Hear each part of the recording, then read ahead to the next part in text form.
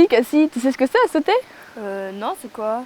En fait, les sautets sont des êtres miniatures, une sorte de lutins malicieux qui sont très doués de leurs mains.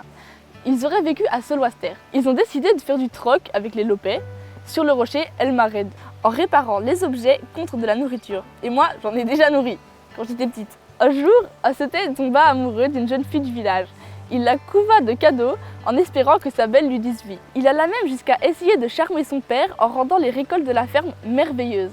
La famille profita un peu des cadeaux, mais la demoiselle s'est dit que c'était un peu trop.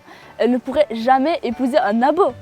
Elle trouva donc un subterfuge qui pourrait l'éloigner à tout jamais. Elle se fit passer pour une souillon en humiliant ce brave sautet amoureux. Suite à cet effron, il entra dans une colère folle et hurla un sortilège. La ferme commença à dépérir.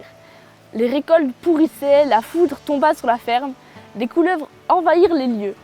Le sorcier de Sarre vint à leur rescousse et depuis ce jour, plus personne ne revit les sautets sur la stat. Ah ouais? Ça me fait un peu penser à la pavée du diable.